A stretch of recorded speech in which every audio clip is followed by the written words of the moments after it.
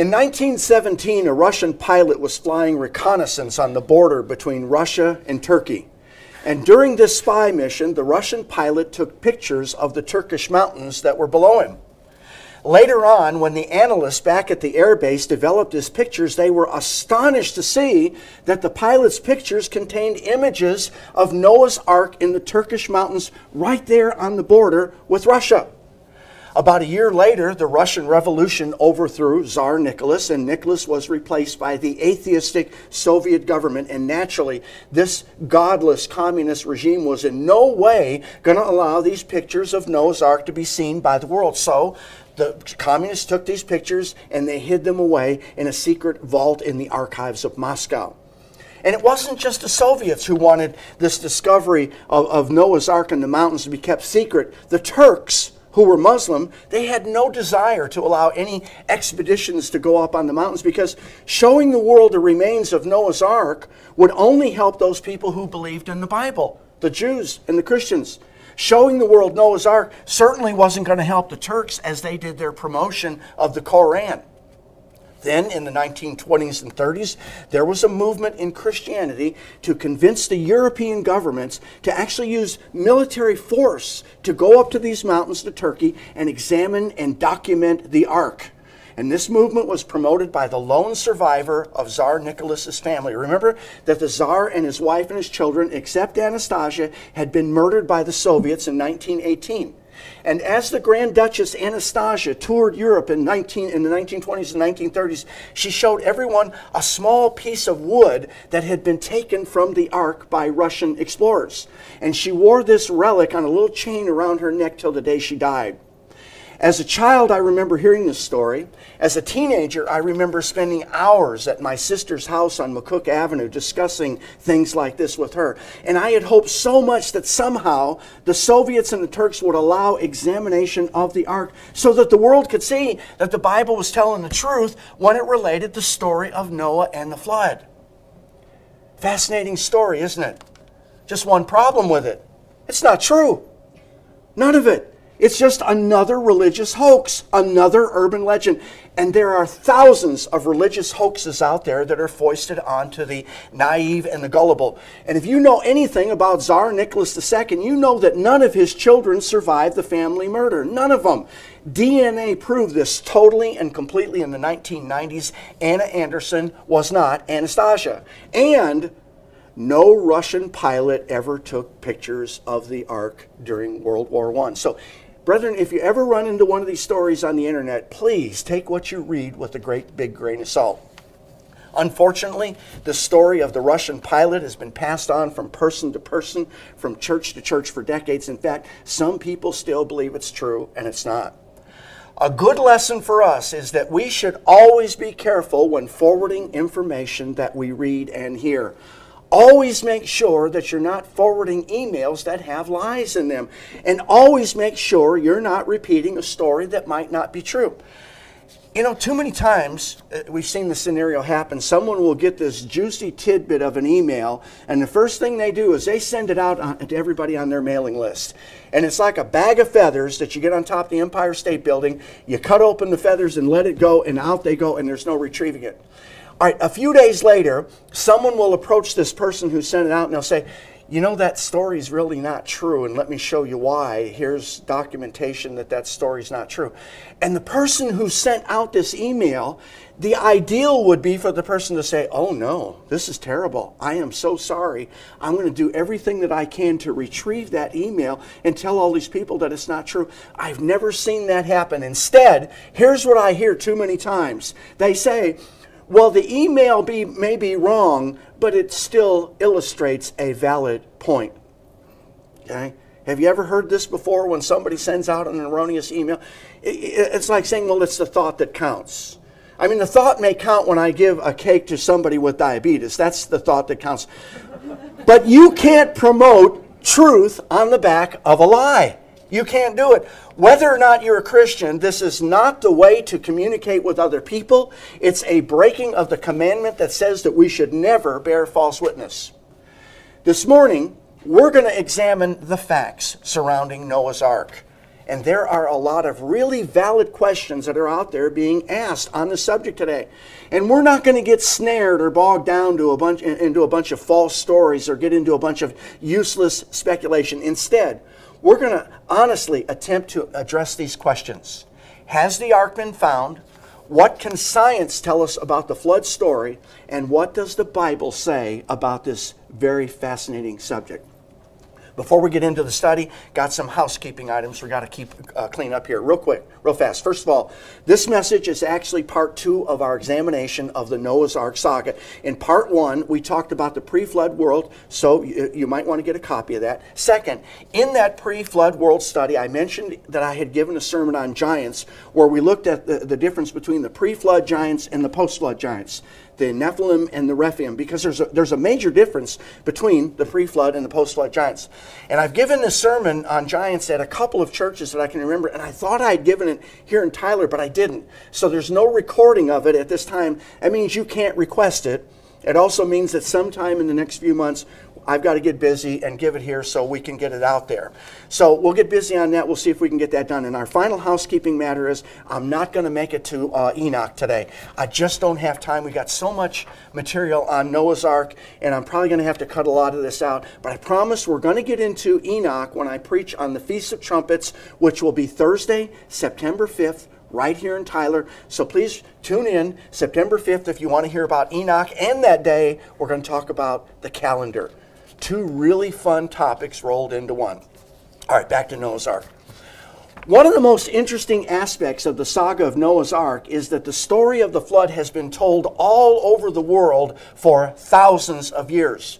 Most ancient cultures and civilizations of the world have some tradition that goes like this. And now I'm not going to come back later and say, oh, that's a big lie. No, this is really the truth now, okay?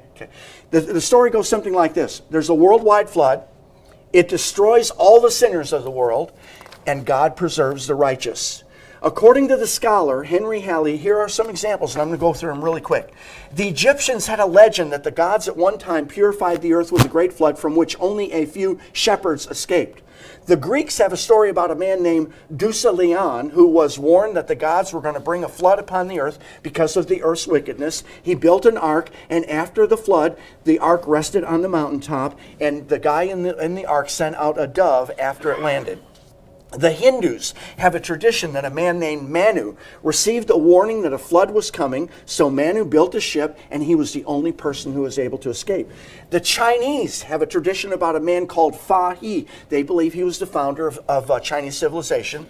Fa He escaped a flood that was sent because mankind had rebelled against heaven, and Fa He survived along with 3 sons and 3 daughters.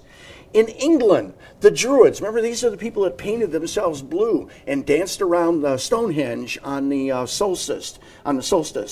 These people, pre-Christian, they had a legend that the world had been repopulated by a righteous patriarch who had been saved in a strong ship from a flood that was to destroy man for his wickedness. The Polynesians, these are the people that were really isolated on the Hawaiian Islands. They didn't come into contact with people until about the 1700s. I think wasn't it Captain Cook that went over and found the Polynesians?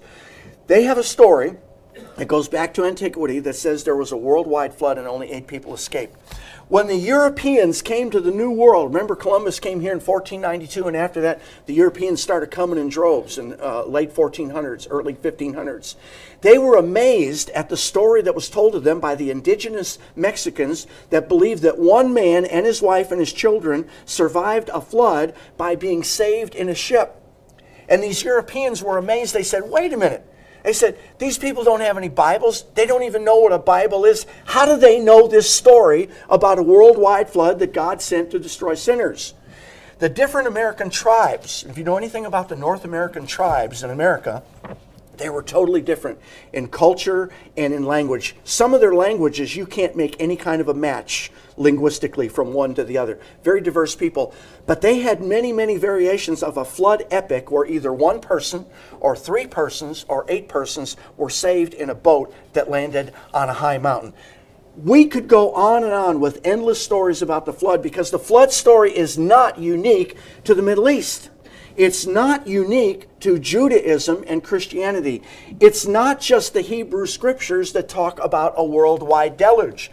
This story is known worldwide and has been known for thousands of years. And what do we conclude from this? The fact that these global stories have so many similarities is really, really strong evidence that some cataclysmic event happened in mankind's history. This common thread among almost all ancient civilizations and cultures is way too prevalent for us to ignore. Something big happened thousands of years ago.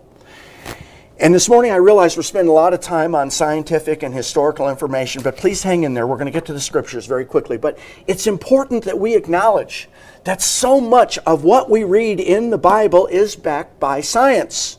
So before we get back into God's Word, let's look at one more very important scientific point, and this has to do with marine fossils.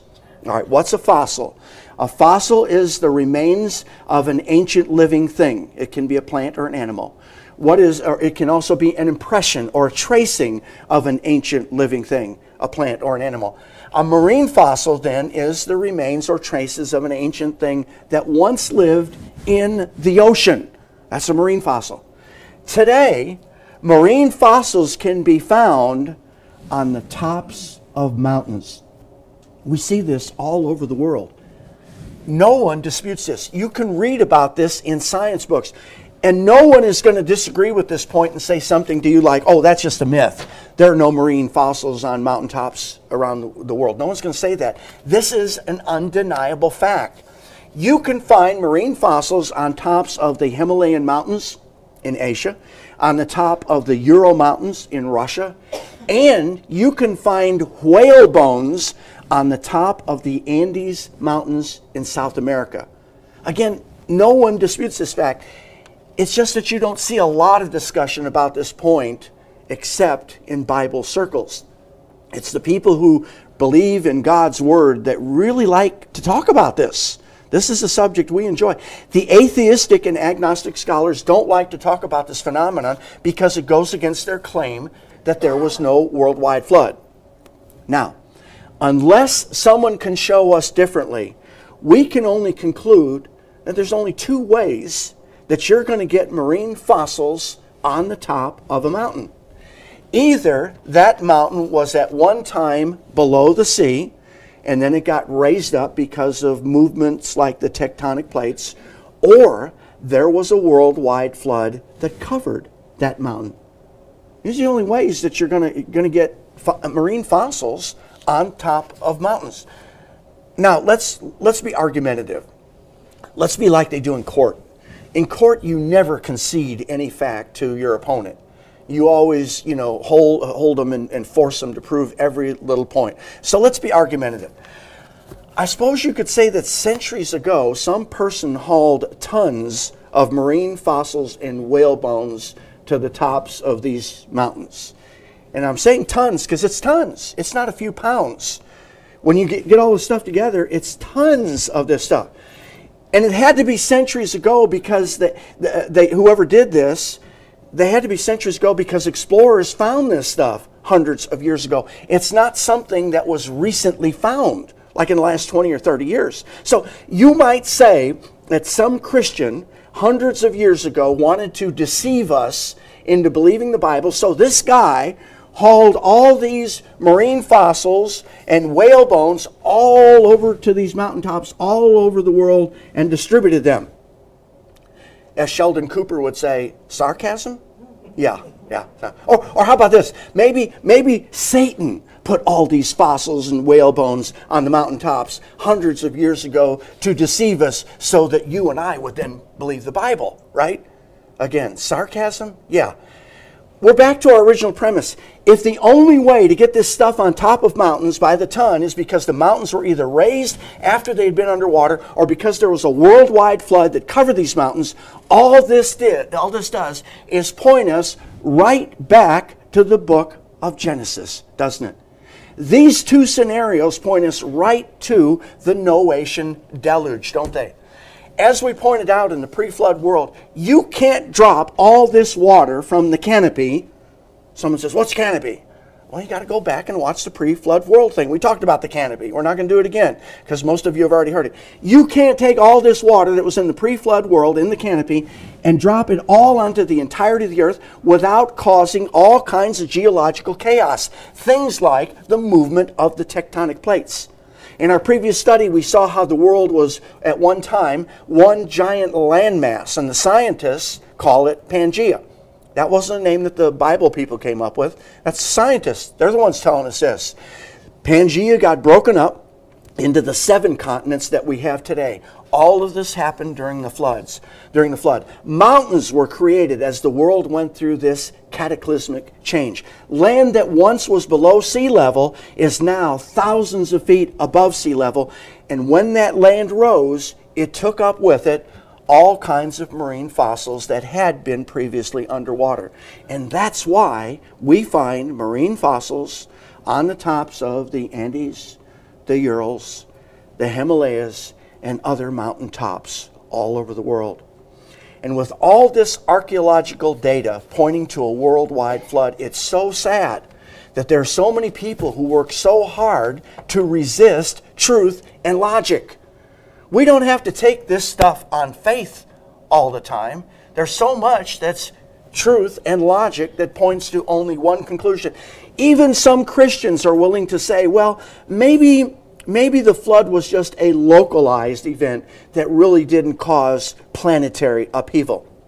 All right, let's go to the book of Genesis, because at this point we have to answer that question.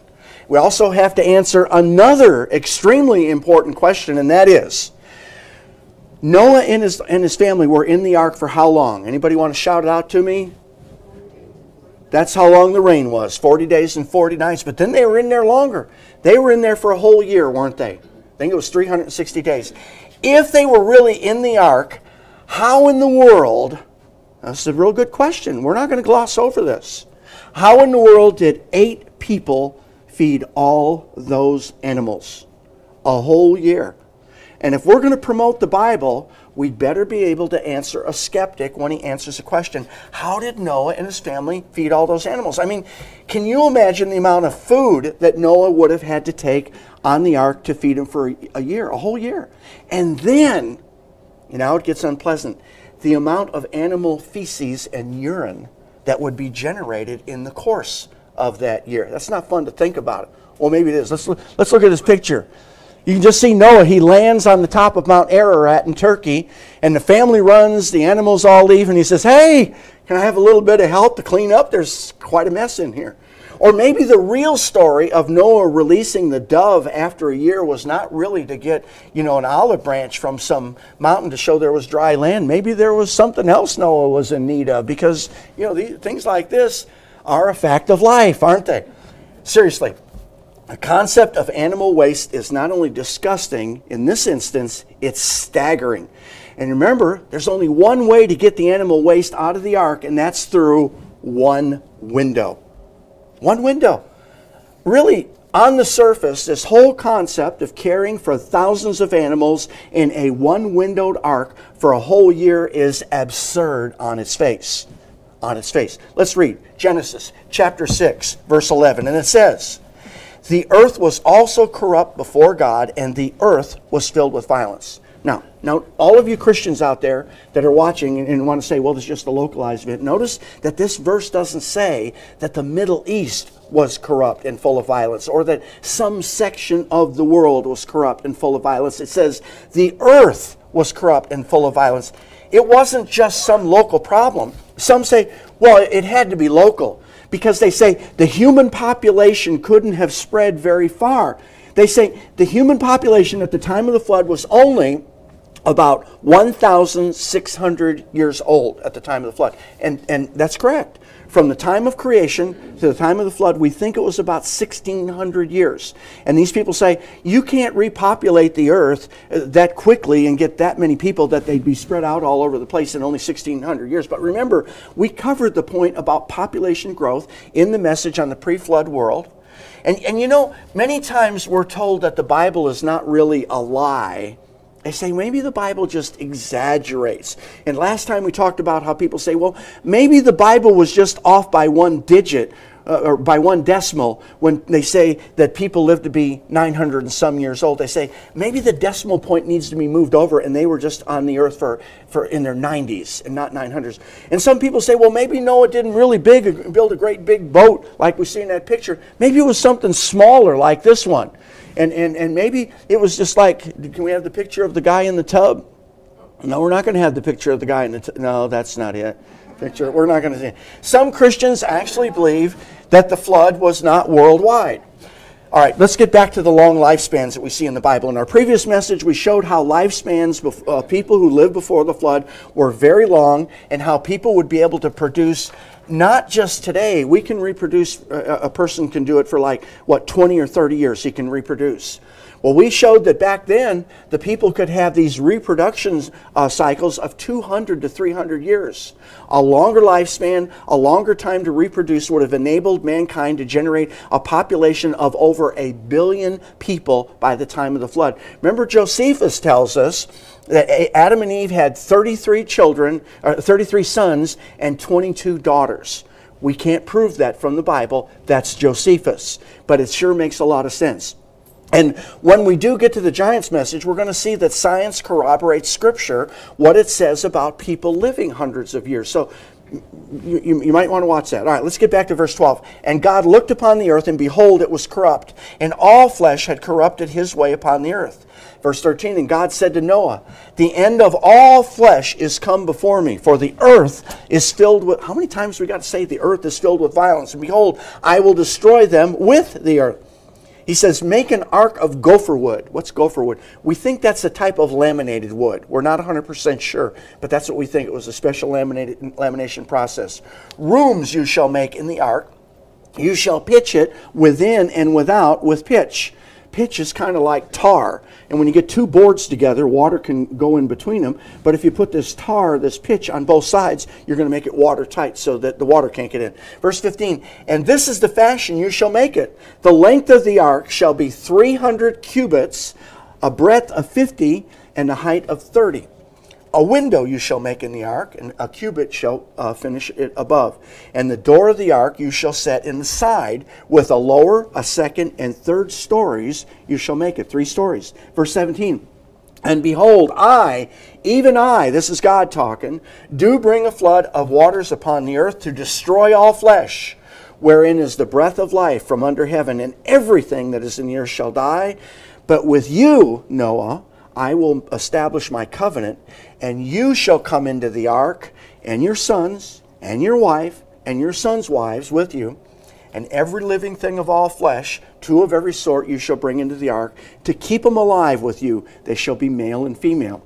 Verse 20, of fowls after their kind, cattle after their kind, every creeping thing of the earth of his kind, 2 of every sort you shall come to thee and keep them alive. And you shall, and take unto you the of all food that is eaten, and you shall gather it to thee, and it shall be food for you and for them. And finally, verse 22, thus did Noah according to all that God had commanded him, so he did. All that God commanded him, he did. And later on in Genesis 7, we see that Noah takes 7 of every clean animal and 2 of every unclean animal. Now, let's talk about the size of the ark. The Bible says it was to be 300 cubits long, 50 cubits wide, 30 cubits high.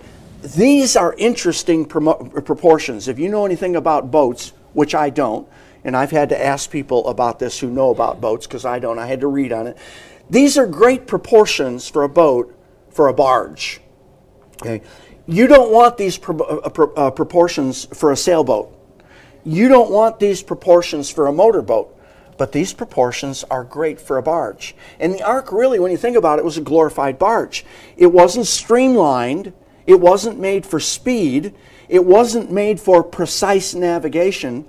The benefit of these proportions that we're going to look at was stability.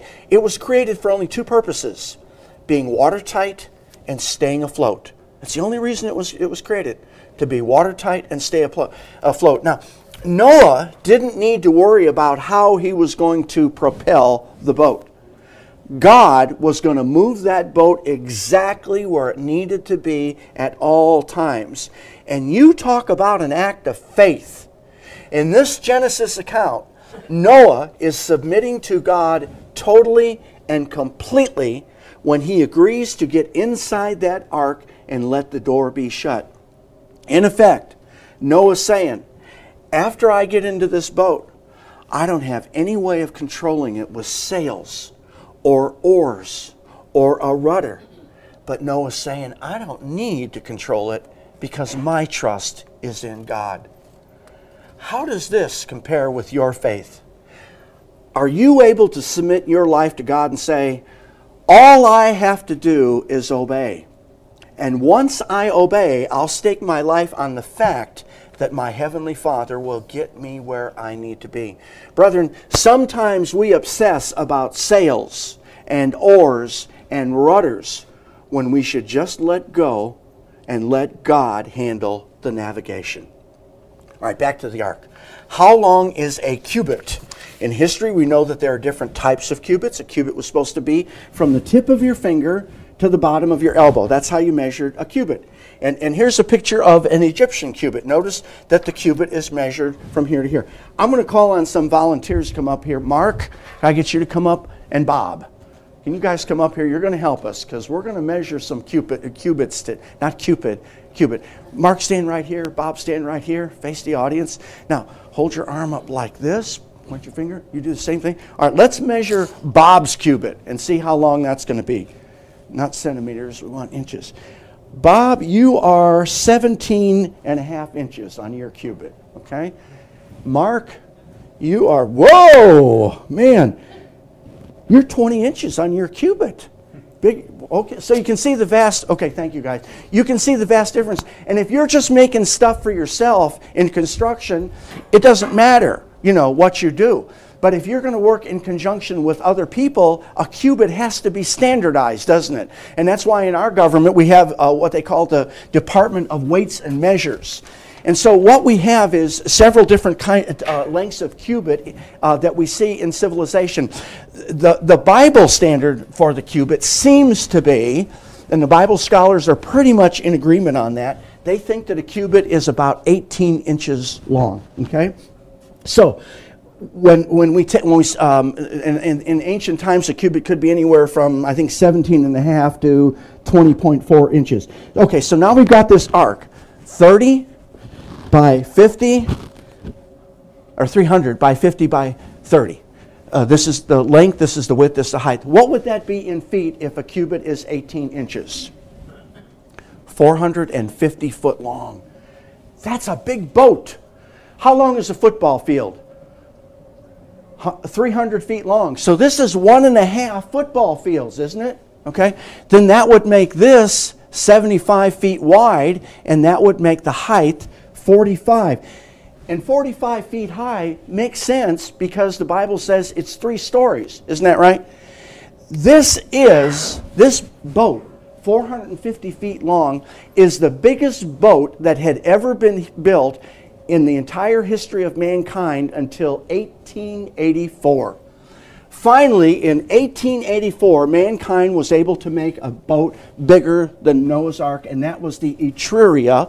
It was built by the British in Glasgow, Scotland, I believe, and it was commissioned to the Italians, where they called it the Etruria. So mankind, in all these thousands of years after the flood, couldn't build a boat as big as Noah's Ark until 1884. This boat could hold as much as 1,000 railroad freight cars. And you've seen the railroad freight cars go by. Think of one. That's big railroad thing. Freight cars big. 1,000 of those. That's what this boat could hold. And here we have an actual picture of what we think the ark looked like. This is not a drawing. This is a photograph of a replica of the ark. It was built by a guy named Johan Hubers, and he lives in Holland. And if you go over to Holland today, you can actually see that. I don't know if they'll let you get on it now. And I don't know how, well, for one thing, it's got windows. Ark only had one window, didn't it? But I imagine for his purposes, to get a breeze going in there, he couldn't put an air conditioner, obviously. But anyway, this is a pretty good representation of how it looked. Now, how are you going to get all these animals into this ark? It's big, but still, how do you get all these animals? And again, we're not talking 2 of every kind. Genesis 7 says that you've got 7 of every clean. And Noah does that so he's got something to eat while he's on the ark, because we don't have any indication that he was a vegetarian. A lot of animals. Now, here's some interesting things regarding animals, okay? Let's look at some zoological stuff. Let's see, we got it right so he can see. 60% of all animals live in the water. Okay? Right off the bat, Noah doesn't have to take any fish into the ark, does he? A whale is huge, probably take up most of it. He didn't have to take a whale in, did he? Dolphuses, porpoises, didn't have to take them in there. He also didn't have to take in he didn't have to take any fish, any mammals, no reptiles such as turtles. Didn't have to take any turtles in there either, did he? Okay. He didn't have to take any arthropods. Arthropods, am I saying that right? That's like a shellfish, like a lobster or a crab. He didn't have to take those in because they live in the ocean. So right off the bat, 60% of the animals that exist, he doesn't have to take them into the ark. 28% of the animals that are out there are insects. Are they going to take up that much space on the ark? No, they're not going to take up that much space on the ark. So 60% and 28, that's 88% of the animals that he doesn't have to think about or think very little about when it comes to space. What does that leave us with mathematically? 12%. 12%. These are the ones that he's going to have to deal with. Of the remaining 12%, the average size of this 12% is the average size is the size of a sheep. Someone says, well, how can that be? You got an elephant, you got a hippopotamus, you got a rhinoceros. But then you got little, mice, and you got rats and little rabbits. They're small. So the average size is only got to be the size of a sheep. So right off the bat, we're really not looking at that many animals. Again, most of the animals that Noah were dealing with were either swimming beneath the ark or they were tiny insects. So the real question is not, how did Noah fit all these animals into the ark? The real question is, what did Noah do with all that room? That's the question we ought to be asking. All right, let's get back to our skeptics. The skeptics are going to say, well, yeah, you're going to need room for all those for the food for all those animals and water for all those animals. Maybe, but we've got to admit that even with the average of 12% that we're really dealing with, he's only dealing with 12, their average size of sheep, we still have a huge task for 8 people who've got to feed them for a year, and then after you feed them, you've got to cart off the animal waste. We still got that problem. Let's see if science can shed any light on this, and I'm going to quote from the Encyclopedia Britannica. And I'm not going to quote from the Bible. I'm not going to quote from a Bible journal. I'm not going to quote from some backwoods hillbilly preacher with a corncob pipe up in the mountains. I'm going to quote from the Encyclopedia Britannica. Is that a credible source? Okay. It says, quote, hibernation and estivation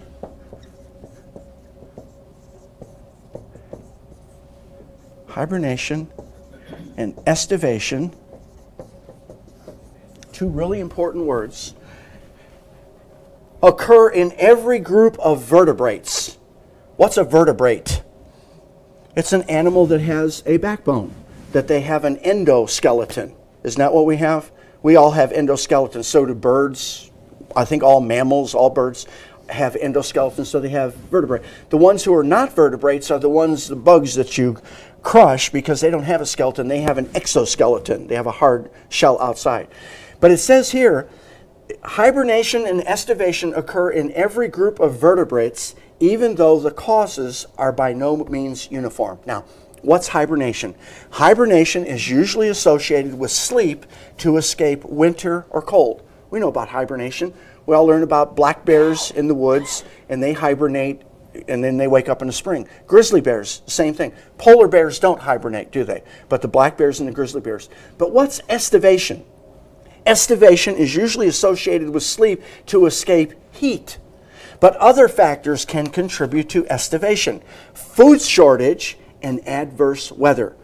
And again, you don't have to take my word for this. You can research this yourself. Practically all reptiles, according to the Encyclopedia Britannica, and amphibians have the capacity to hibernate or estivate.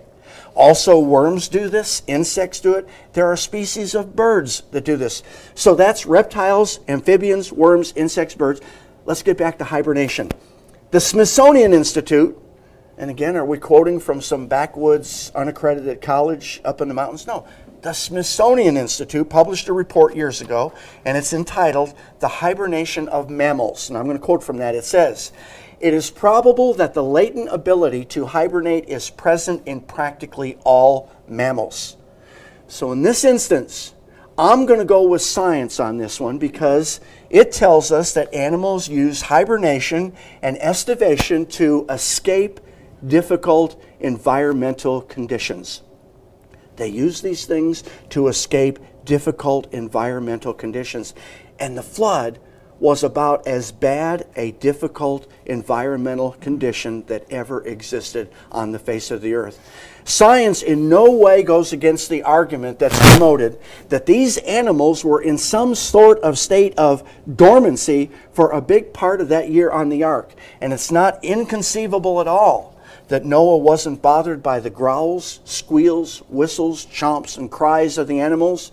And based on what science tells us, I believe that the loudest noises from the animals were that of yawns and snores. Okay. Now let's address the question, has anyone found the ark? When we start to answer that question, I like to point out the following. Okay. This is an important principle I've learned over the years. In the book of Revelation, we read about the two witnesses that are going to be here in the end times. Doesn't it tell us there are going to be two witnesses during the end time? Okay. I have met now, to this date, 9 of the two witnesses. Okay? Not making this up. True story. Now, every few years ago, I run into some guy who says, this guy or that guy or those two people are the two witnesses, or he says, I'm one of the two witnesses. And this has happened to me 9 times since I've been in the church. I've met 9 men and women at different times, and each one of them supposedly was one of the two witnesses. Another principle. You can go to many, many places in Europe where they claim to have a piece of the cross. This is mostly in churches. Sometimes you have private collectors. Mostly in churches. If you take all these pieces of wood, it's been estimated, of all these pieces of the cross, you can get them all together and you could build a house. That's how many pieces of the cross that are out there in the world today. The same thing applies to Noah's Ark. There are dozens of people who claim to have discovered the ark someplace in some mountain, over here or over there. There are dozens and dozens of Noah's Arks out there, even though the Bible seems to indicate there should only be one. And we don't want to spend a lot of time going over all these claims. This could take us weeks or months, and we don't have the time, and it would be counterproductive. But I'm going to give you briefly just 3 of those claims. If you research this subject, you're going to find many books and articles and internet sites on this subject, all kinds of stuff. One of the most popular claimants is a guy who died a few years ago. His name is Ron Wyatt. We talked about him in the pre-flood message. Wyatt's writings are pretty popular with Sabbath keepers. And I believe he was affiliated with the Seventh-day Adventists while he was alive. Not the Church of God Seventh-day, but the Seventh-day Adventists. There's a difference. And the story goes something like this. Wyatt had heard that someone had spotted what they thought was Noah's Ark in a certain section of Turkey in the eastern mountains of the Ararats. It was a place called Dogu Bayazit. So Wyatt gets on a plane and he flies to Turkey. He lands at the airport, he gets a taxi, and he asks the driver to take him to this area, Dogu Bayazit. Now, Wyatt has absolutely no education or training in archaeology. And that's not a criticism. I don't have any training in archaeology, so I can't, criticize him or make light of the fact. I'm just stating the fact. He has no history, no training in archaeology. So he's got to figure out how he's going to find Noah's Ark. Wyatt prays that the cab would stall at the place where the ark was. That's how he's going to find it. So they're driving along up there in Dubai Yahtzee, or whatever it's called, and the taxi stalls. All right. So the driver of the taxi jumps out, lifts up the hood, and he's fiddling. Well, Wyatt jumps out, and he stacks up a bunch of rocks. So he can find this place later. He can come back later and say, this is the place. So the driver gets the car going, they take off, and they're going along, and the car stalls again. The taxi stalls. So the guy gets out, he's fiddling under the hood. Wyatt jumps out, stacks up some more rocks. This happens a whole bunch of times. I don't know if it's because they just got crummy taxis in Turkey, or if they were up so high in the elevation that his carburetor wasn't getting the right air. I don't know what happened, but it ends up being a bunch of piles of rocks all over the place. So he comes back a day or two later, where he's got more time and the meter on the taxi isn't running, and he attempts to use these piles of rocks to find the ark. And he doesn't find the ark using the piles of rocks.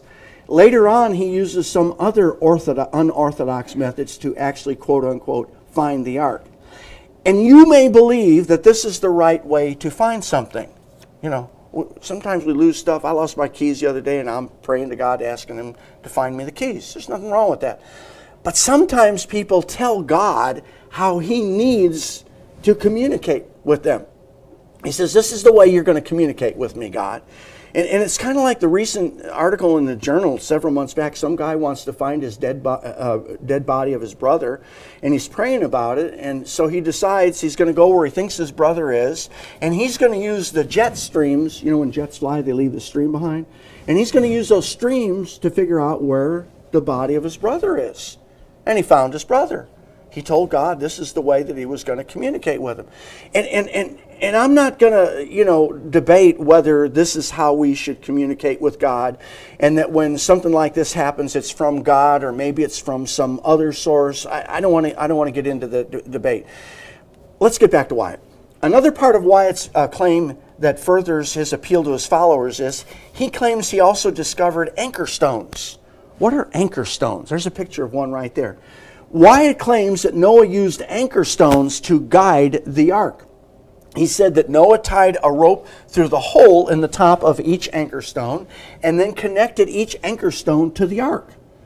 So he's floating around on the water, and he's got these anchor stones hanging off the side of the ark.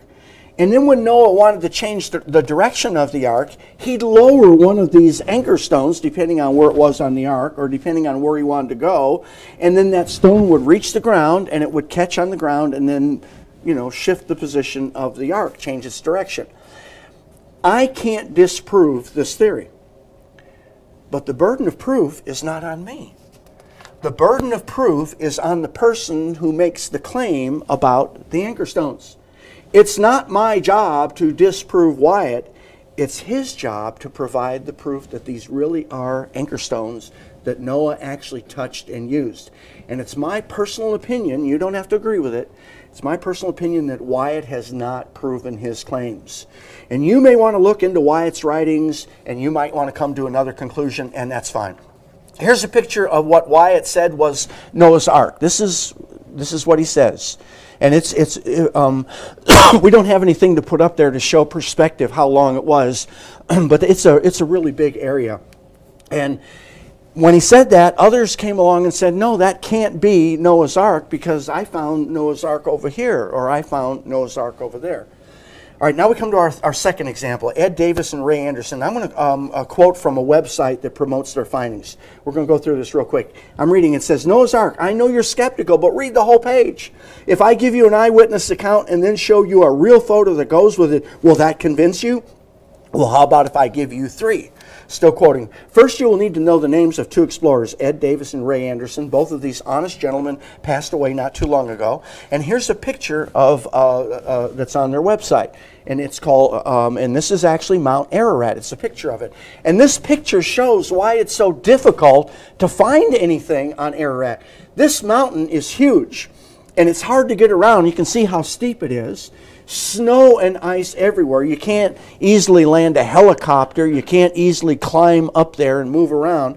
And if something was put there thousands of years ago, it could easily be under hundreds and hundreds of feet of snow and ice. And here's a picture of what they claim is Noah's Ark. This is their proof. This is from the website. You can go there and get this yourself. And here's the proof that the group uses to say, this, we've proven it. We've got Noah's Ark. Notice how fuzzy the photo is. And the photo doesn't prove anything. And when we get to this point now we get into the conspiracy theories. And this is always so great. I love this business of conspiracy theories. Remember, anytime you can't prove something, all you got to do is bring up a conspiracy theory.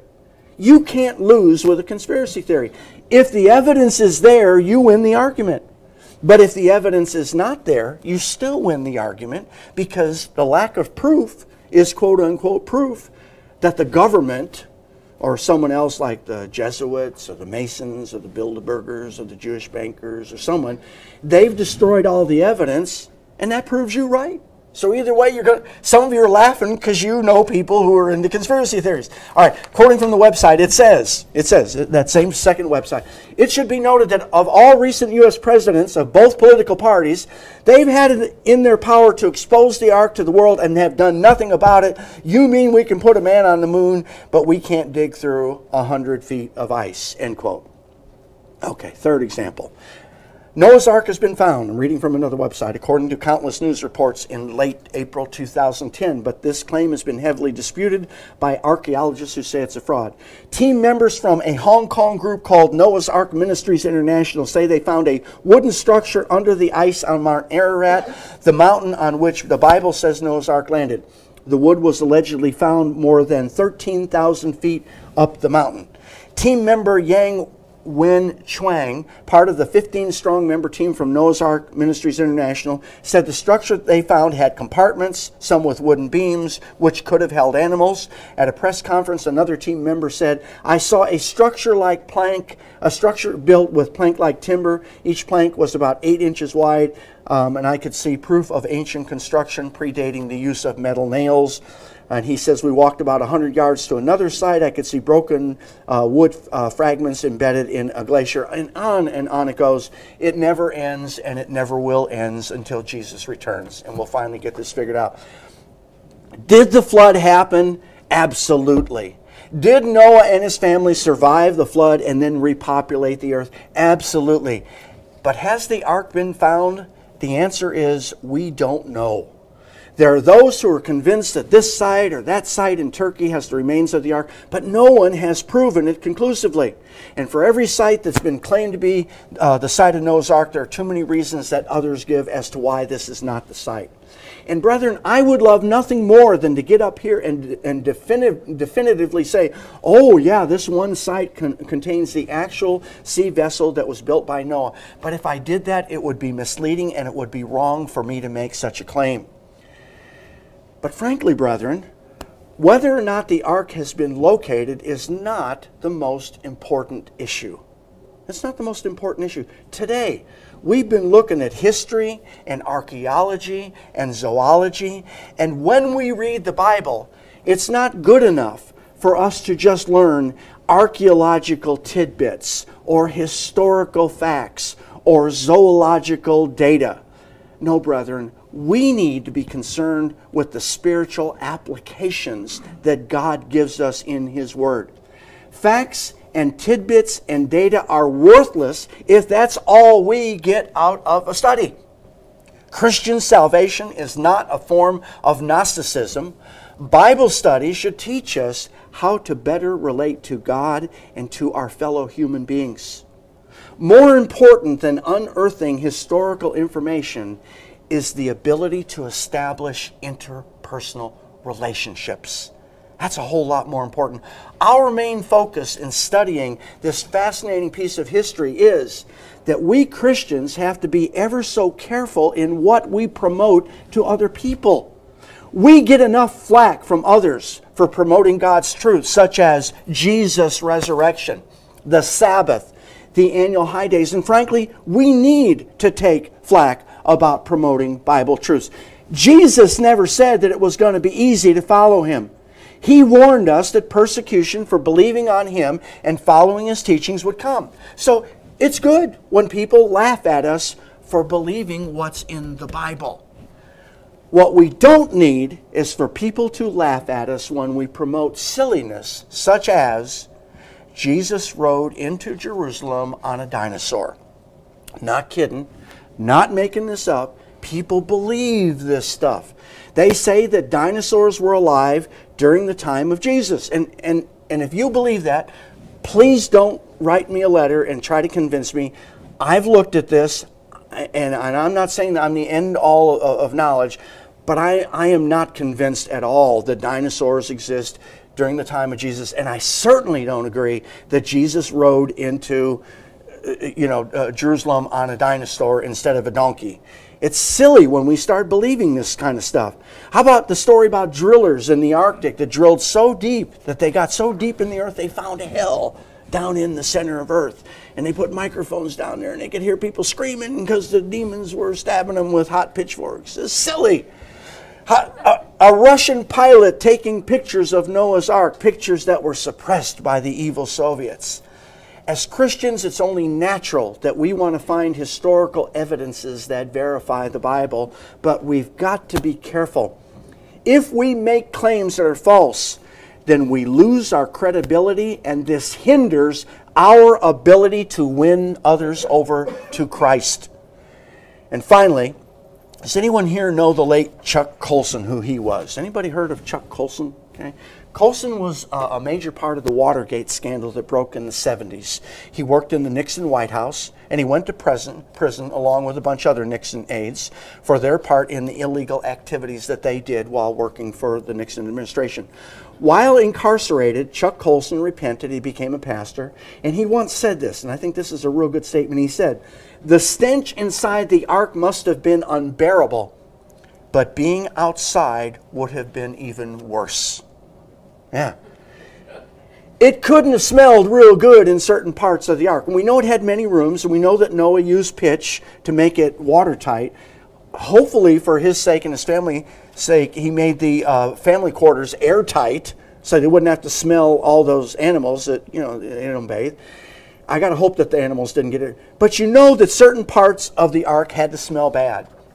And no matter how bad that part of the ark smelled, being outside was a lot worse, where millions and millions of people were dying from the flood. And it's the same in the church, brethren. Sometimes we have a problem in the church. Sometimes a person or persons aren't acting as they should in the church. Sometimes our first reaction is to say, I don't want to be there with these people anymore. I just can't take this anymore. And indeed, sometimes it's not always ideal being inside the church. But it's a lot worse outside. We don't want to give up our place in the body of Christ. We don't want to be absent from God's people, because as unbearable as God's people may be from time to time, it's a whole lot better that we be with them than to be somewhere else where the Holy Spirit is absent. If you're watching this message over the internet, and you're not part of a Church of God, I hope that you'll consider being with those who are obedient to God and would love to have you be with them.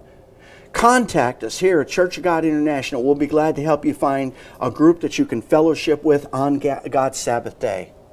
And finally, I want to thank all of you so much for being here with us today. And if you want to study with us about Enoch and the calendar, don't miss us on the Feast of Trumpets, September 5th, 11 a.m., your CGI website. So we'll see you.